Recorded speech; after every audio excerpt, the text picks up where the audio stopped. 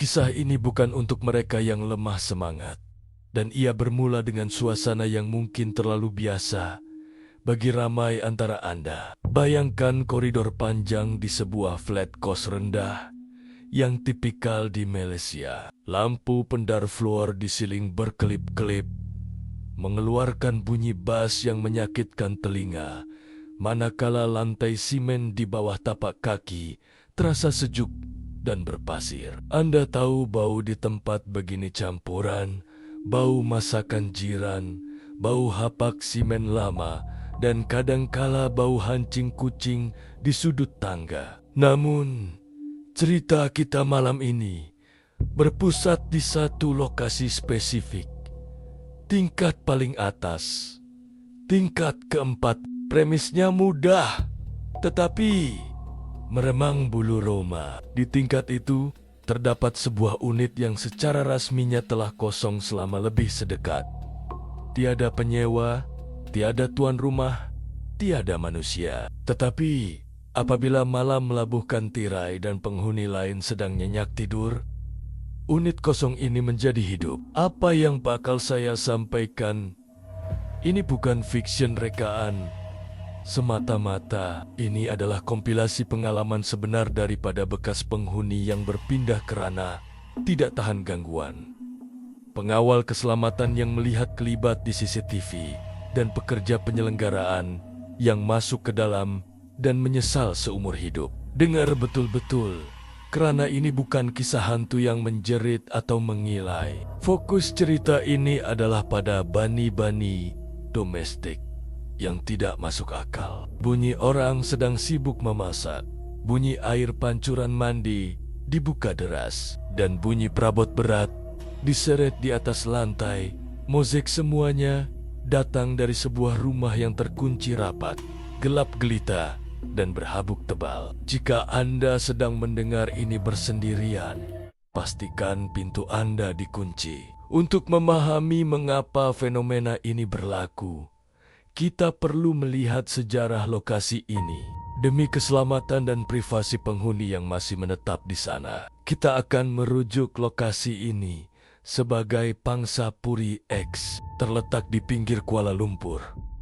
Bangunan ini adalah peninggalan era pembangunan pesat tahun 90-an. Ia adalah blok perumahan kepadatan tinggi yang tipikal cat dinding luarnya sudah kusam dan terkopak di sana-sini, menampakkan kesan lumut hitam akibat hujan bertahun-tahun. Dengan struktur setinggi 14 tingkat, suasananya sentiasa suram, siuliola cahaya matahari tidak pernah cukup untuk menerangi lorong-lorongnya.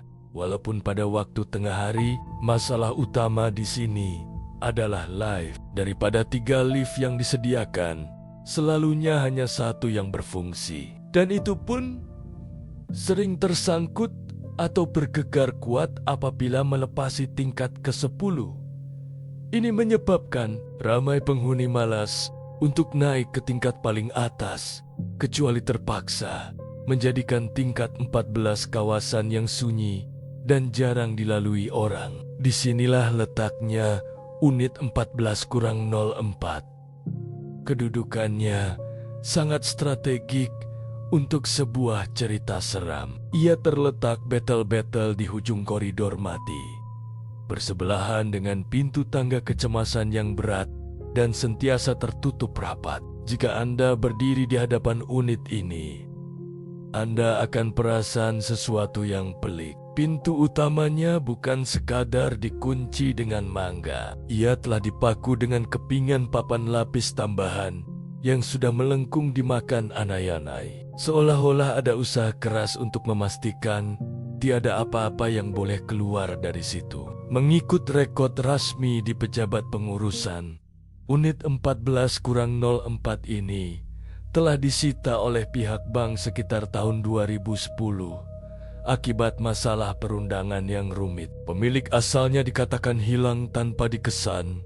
dan tiada waris yang tampil menuntut. Sejak tahun 2011, status unit ini dalam sistem adalah kosong.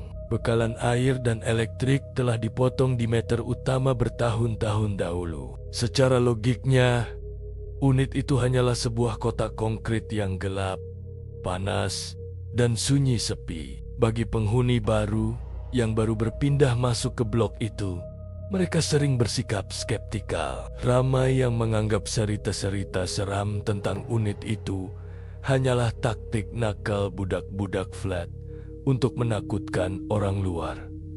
Atau mungkin sekadar bunyi tikus dan angin yang terperangkap di saluran udara. Orang dewasa yang rasional akan sentiasa mencari penjelasan logik. Mungkin ada penagih dadah curi masuk untuk tidur. Bisik hati mereka untuk menyedapkan rasa takut. Kita semua mahu percaya bahwa bunyi bising di tingkat atas itu ada penjelasan saintifik. Namun persepsi logik ini mula retak dan hancur apabila orang luar yang tiada kaitan dengan sejarah flat itu mula mengalami gangguan yang sama. Ia bukan lagi sekadar khayalan penduduk setempat apabila seorang penghantar makanan yang tidak tahu apa-apa tentang reputasi unit itu tersesat naik ke tingkat 14 pada satu malam hujan lebat. Kejadian yang menimpanya malam itu membuktikan bahwa papan lapis di pintu 14-04 bukan dipasang untuk menghalang orang masuk, tetapi mungkin untuk menghalang sesuatu daripada keluar. Mari kita mulakan lapisan pertama kisah ini dengan satu perspektif yang sangat jujur, perspektif orang luar. Saksi pertama kita adalah seorang penghantar makanan. Kita namakan dia sebagai Asman. Kejadian ini berlaku sekitar lewat tahun 2019 pada satu malam Jumat yang hujan lebat. Anda tahu, jenis hujan di Kuala Lumpur yang seolah-olah tidak mahu berhenti. Jenis yang membuatkan jalan raya sesak dan suasana menjadi kelam. Walaupun baru pukul 8 malam, Azman menerima pesanan terakhirnya untuk malam itu. Satu penghantaran makanan segera ke Pangsapuri X. Apabila Uzman tiba di lobi Pangsapuri tersebut, dia sudah basah kuyup. Walaupun memakai baju hujan, suasana di lobi suram. Hanya ditemani bunyi hujan yang menimpa bumbung zinc, tempat letak motosikal. Masalah bermula apabila dia mendapati live penumpang utama Rosa. Seperti biasa, dia tiada pilihan selain menggunakan live barang di bahagian belakang blok sebuah live lama yang dindingnya penuh dengan contengan, marker pen, dan baunya bercampur antara sampah basi dan minyak pelincir. Live ini mempunyai satu tabiat buruk.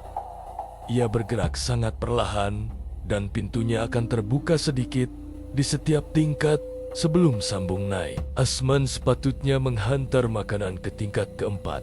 Namun, kerana nombor pada butang live sudah pudar dan hampir hilang dimakan massa, dia tersilap menekan butang yang dia sangka nomor 4. Tetapi sebenarnya nomor ke-14. Apabila pintu live terbuka, Osman melangkah keluar ke koridor yang sunyi sepi. Dia serta-merta perasan sesuatu yang tidak kena di tingkat-tingkat lain yang dia pernah pergi. Biasanya koridor akan bising dengan suara TV dari dalam rumah, bunyi budak menangis, atau sekerang-kerangnya ada deretan kasut dan selipar di hadapan pintu. Tetapi di tingkat ini, koridornya kosong, lantainya bersih daripada sebarang alas kaki. Tetapi berdebu tebal di bahagian tepi dinding, udara di situ terasa jauh lebih sejuk. Satu perubahan suhu mendadak berbanding lobi yang panas dan lembab tadi. Tanpa menyadari kesilapannya, Osman berjalan mencari unit nomor keempat. Dia melihat satu pintu di hujung koridor yang samar-samar nombornya. Kelihatan seperti 04. Dia yakin itu rumah pelanggannya. Dia mengetuk pintu itu. Assalamualaikum Grabfood, Laung Azman. Kuba melawan bunyi guruh di luar. Senyap, dia mengetuk lagi. kali ini lebih kuat. Tiba-tiba, dia mendengar bunyi dari dalam unit itu. Ia bukan bunyi orang menyahut, tetapi bunyi tapak kaki. Tap, tap, tap, tap, bunyi tapak kaki yang berat. Seolah-olah orang itu tidak memakai alas kaki, memijak lantai simen yang kosong tanpa perabot. Bunyi itu datang dari bahagian belakang rumah, berjalan perlahan-lahan menuju ke arah pintu depan, di mana Osman sedang berdiri. Osman menarik napas lega, menyangka pelanggan sedang datang untuk mengambil makanan. Dia menunggu. Bunyi tapak kaki itu berhenti betel-betel di balik pintu. Kemudian, Osman melihat tombol pintu bulat itu mula bergegar. Ia berputar ke kiri dan ke kanan dengan kasar, seolah-olah orang di dalam sedang bergelut untuk membukanya dengan tangan yang licin atau tidak kuat. Keletak, keletak. Bunyi besi tombol itu berlaga memecahkan kesunyian koridor. "Bang, makan Anda sampai ini," kata Osman lagi. Tangannya sudah bersedia menghulurkan bungkusan plastik. Tepat pada saat itu, telepon bimbit di poket seluarnya berdering nyaring, mengejutkannya sehingga dia hampir terlepas bungkusan makanan. Dia melihat skrin telepon, panggilan daripada pelanggan. "Hello, Enci, kat mana nih? Saya dah tunggu kat depan pintu tingkat 4 nih. Kenapa tak sampai lagi?" Suara pelanggan itu kedengaran marah di corong telepon. Darah Osman menyirap turun dari muka ke kaki. Jantungnya berhenti berdegup sesaat. Jika pelanggan sebenar ada di tingkat 4, siapa yang sedang memulas tombol pintu di depan matanya sekarang? Osman memandang semula ke arah pintu di depannya. Dalam cahaya lampu koridor yang malap, baru dia perasan satu perincian yang terlepas dari pandangannya tadi. Di bahagian atas pintu itu terdapat selak besi tambahan yang dipasang mangga kunci gergasi. Mangga itu berkarat teruk, tanda ia tidak pernah dibuka bertahun-tahun. Logik akal Osman Kuba memproses situasi itu. Pintu itu dikunci mati dari luar dengan mangga besi. Secara fisikal, mustahil untuk sesiapa berada di dalam. Dan jika ada orang di dalam sekalipun, mustahil mereka boleh memulas tombol pintu itu sebegitu rupa jika pintu itu sendiri terkunci dari luar. Tetapi tombol itu masih bergegar, dan kini dia mendengar bunyi nafas berat, seperti dengusan kasar, betul-betul di celah bawah pintu. Tanpa membuang masa, Osman terus berlari pecut ke arah tangga kecemasan. Tidak berani menunggu lift barang yang lembab itu. Dia turun 10 tingkat tanpa henti.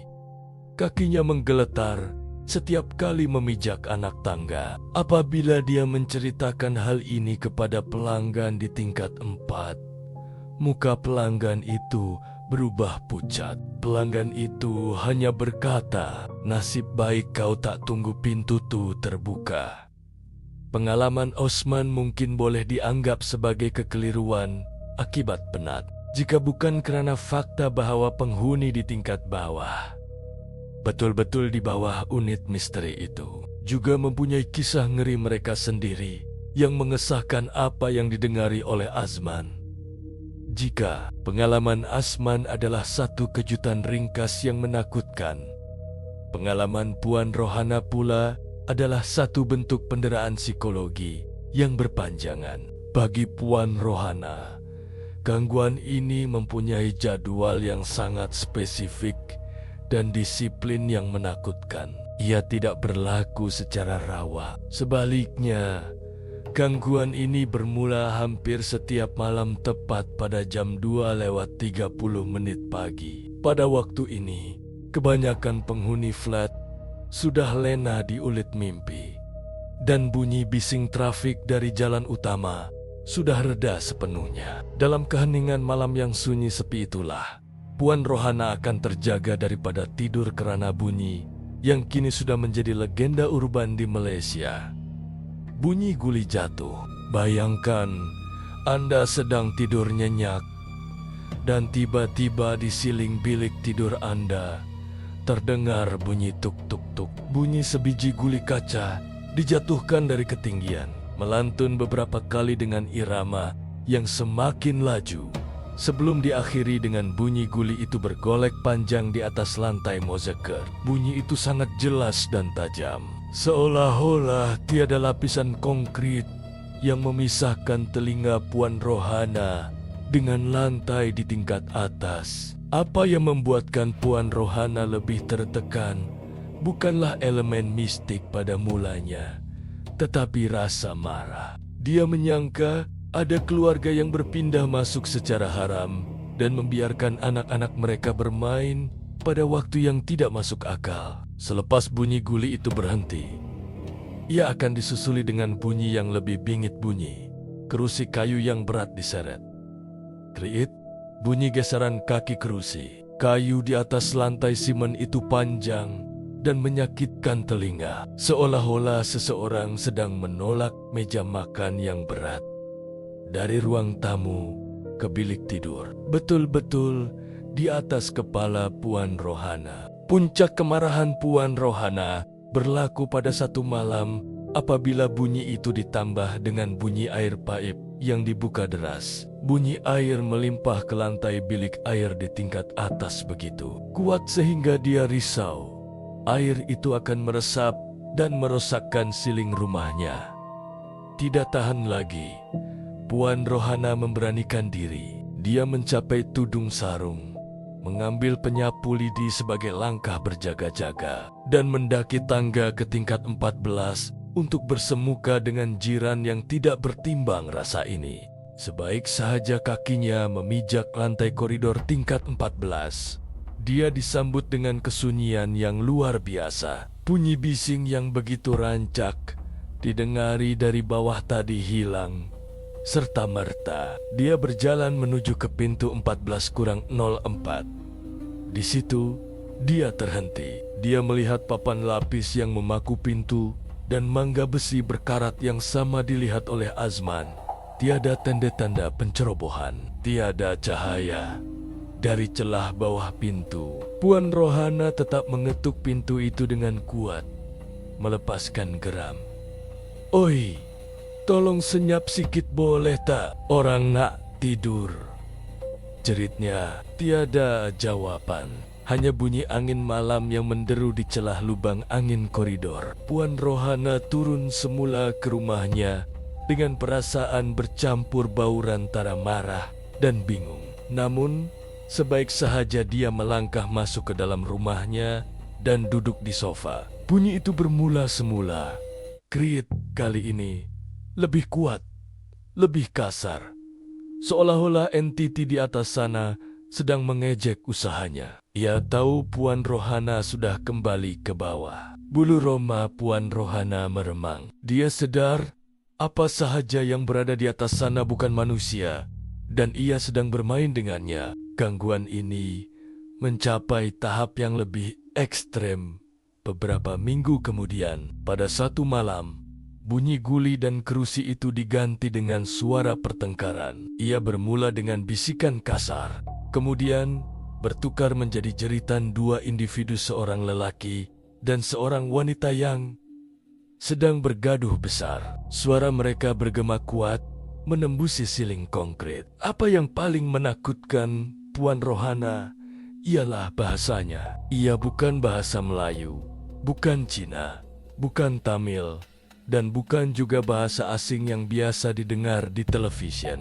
Ia adalah bahasa yang bunyinya kotor, purba, dan penuh dengan kebencian.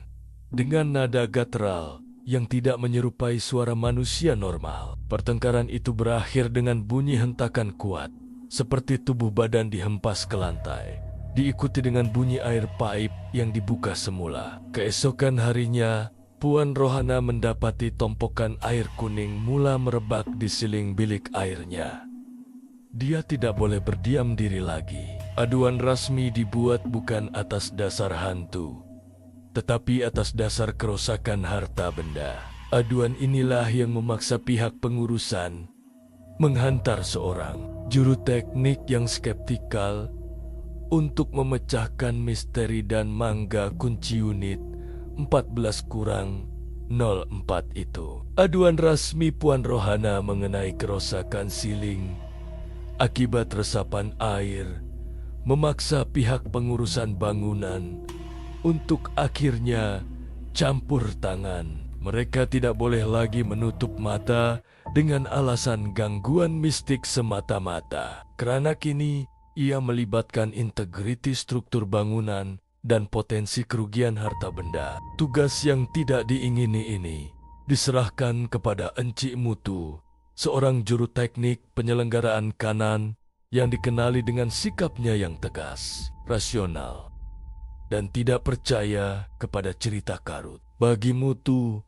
setiap bunyi pelik di bangunan lama pasti ada penjelasan logiknya sama.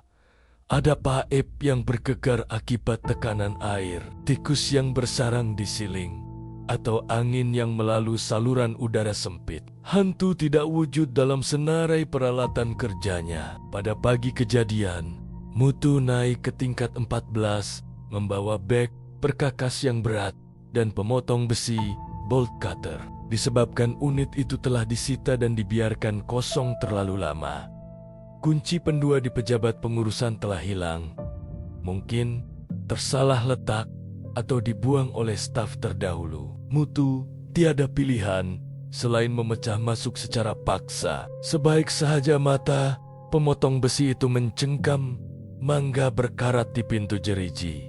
Bunyi besi patah kitang bergema kuat di seluruh koridor yang sunyi itu. Mutu kemudian mengumpil papan lapis yang memaku pintu kayu utama. Bau udara hapak yang terperangkap selama bertahan-tahan terus menerpa keluar, menusuk hidung dengan aroma debu lama dan kelembapan yang meloyakan. Mutu melangkah masuk dan menyalakan lampu picitnya, membelah kegelapan unit yang tingkapnya tertutup rapat. Perkara pertama yang menarik perhatiannya adalah keadaan lantai. Seluruh lantai unit itu dilitupi debu kelabu yang sangat tebal, rata dan tidak terusik.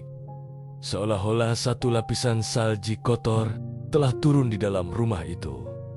Ini adalah bukti forensik yang paling nyata. Jika benar dakwaan jiran bahwa ada orang berjalan, berlari, atau menyeret perabot setiap malam, pasti akan ada kesan tapak kaki atau seretan di atas debu tebal itu. Namun, permukaan debu itu sempurna, licin, tiada sebarang jejak. Ini bermakna secara fisikalnya, tiada sesiapapun yang memijak lantai ruang tamu itu sejak sekian lama. Mutu tersenyum sinis, merasakan teorinya bahwa Puan Rohana hanya berimajinasi adalah benar. Dia terus menuju ke dapur dan bahagian meter air utama. Di sini, dia menemui satu lagi fakta yang menyokong logiknya. Pipe utama unit itu telah dipotong dan ditutup mati, cap dengan penutup besi yang berkarat. Tiada setitik air pun yang boleh mengalir masuk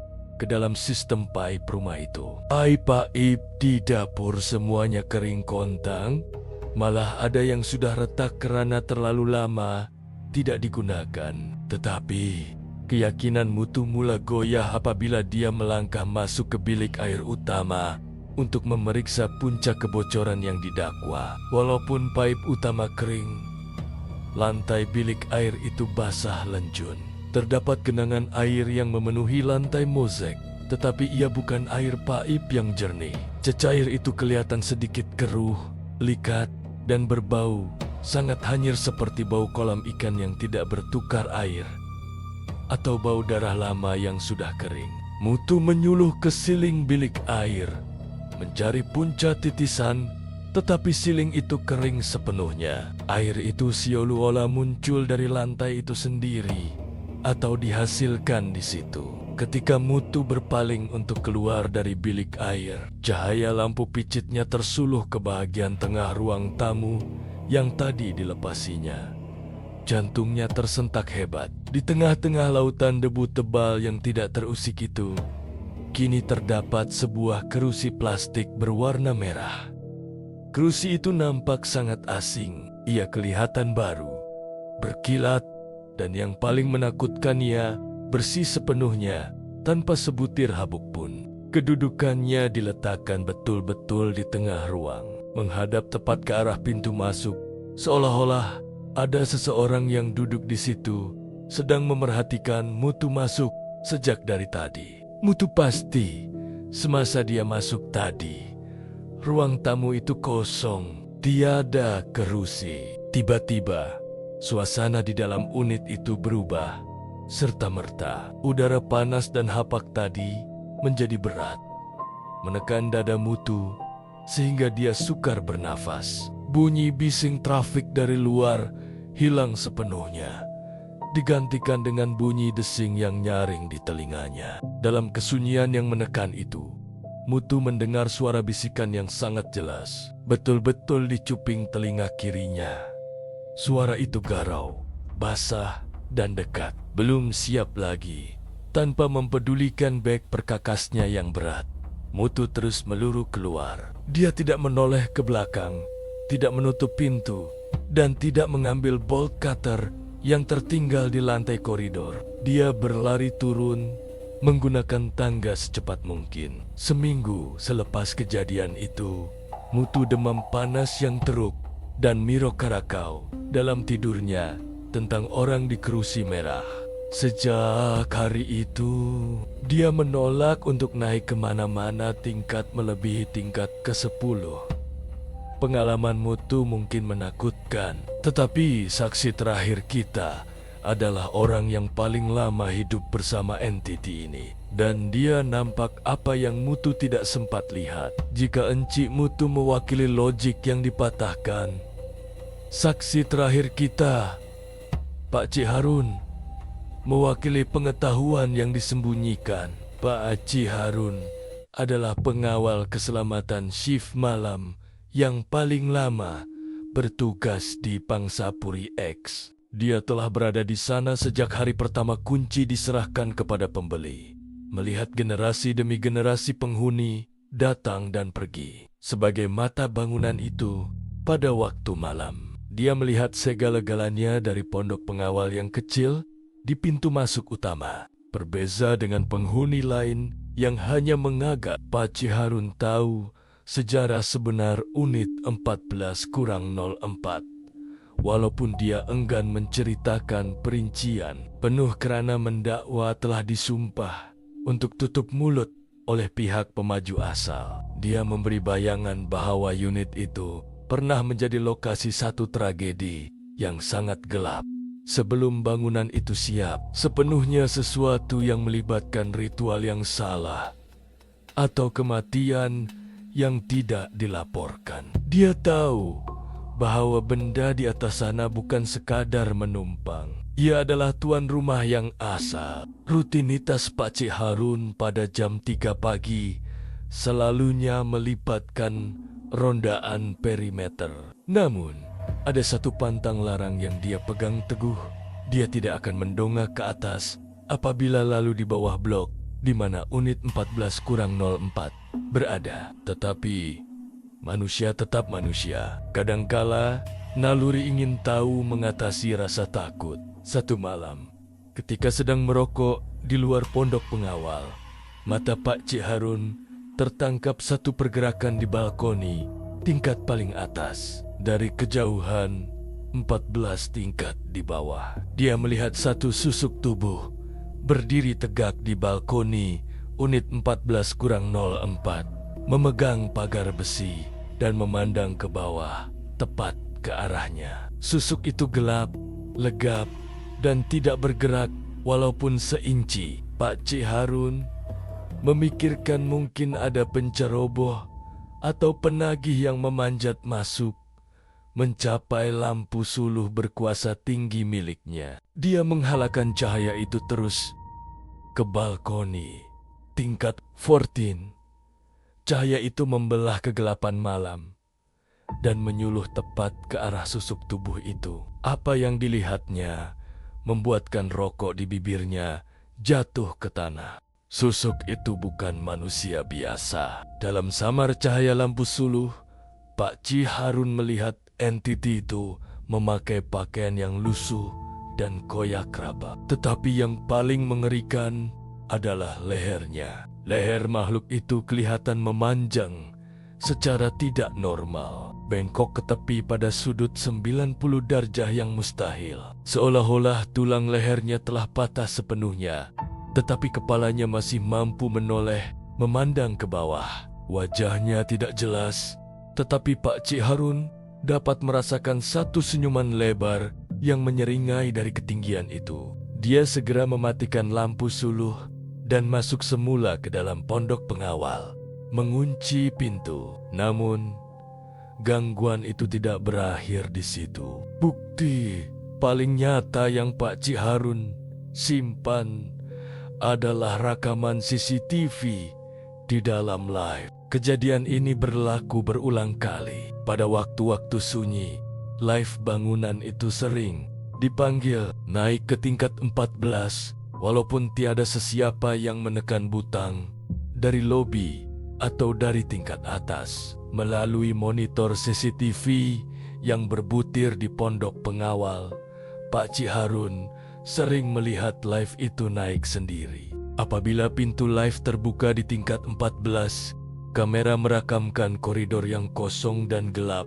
Tiada sesiapa yang masuk. Tetapi sensor berat live menceritakan kisah yang berbeza. Sebaik sahaja pintu live terbuka di tingkat 14 dan kemudian tertutup semula, lampu indikator overload pada panel live akan menyala serta merta. Lift itu tidak akan bergerak turun karena sensor mendeteksi muatan yang melebihi had. Seolah-olah berpuluh-puluh orang atau sesuatu yang sangat berat telah berasa asak masuk ke dalam live yang kelihatan kosong itu. Pak Cik Harun hanya mampu melihat skrin CCTV dengan seram sejuk, memerhatikan live itu tersangkut di tingkat 14 dengan pintu tertutup, membawa penumpang yang tidak dapat dilihat oleh mata kasar kamera. Sejak kejadian itu, Pak Cik Harun tidak pernah lagi meronda tingkat 14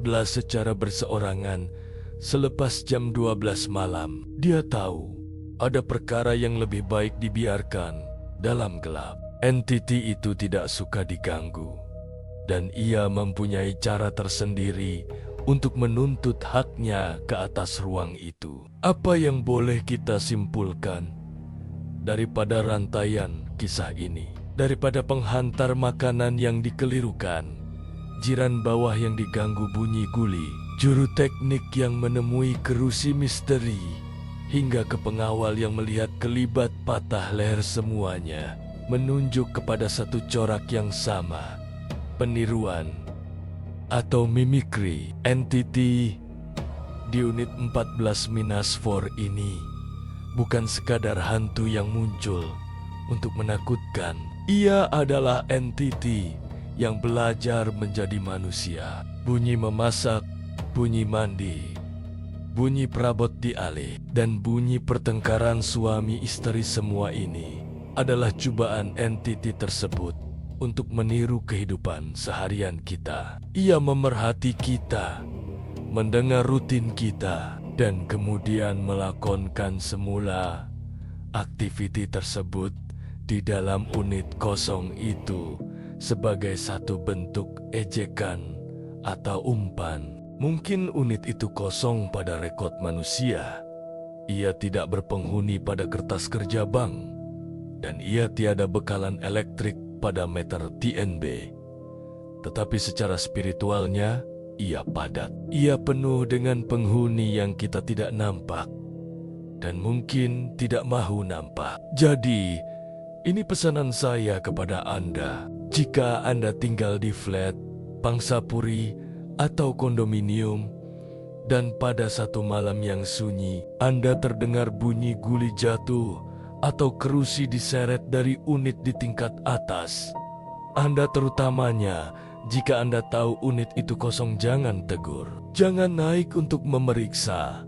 Jangan ketuk pintu mereka. Biarkan mereka dengan dunia mereka. Kerana jika Anda mula memberi perhatian, mereka mungkin akan mula memberi perhatian kepada Anda. Dan masa itu, Bunyi guli itu mungkin bukan lagi datang dari tingkat atas, tetapi dari siling bilik tidur Anda sendiri. Mungkin sekarang pun, semasa Anda mendengar cerita ini, ada sesuatu yang sedang memerhati Anda dari sudut gelap siling rumah Anda, menunggu masa untuk turun. Terima kasih kerana mendengar. Jangan lupa untuk tekan butang like, kongsikan video ini kepada rakan-rakan Anda yang berani, dan subscribe untuk lebih banyak kisah seram tempatan yang benar-benar berlaku. Selamat malam dan jangan pandang ke atas.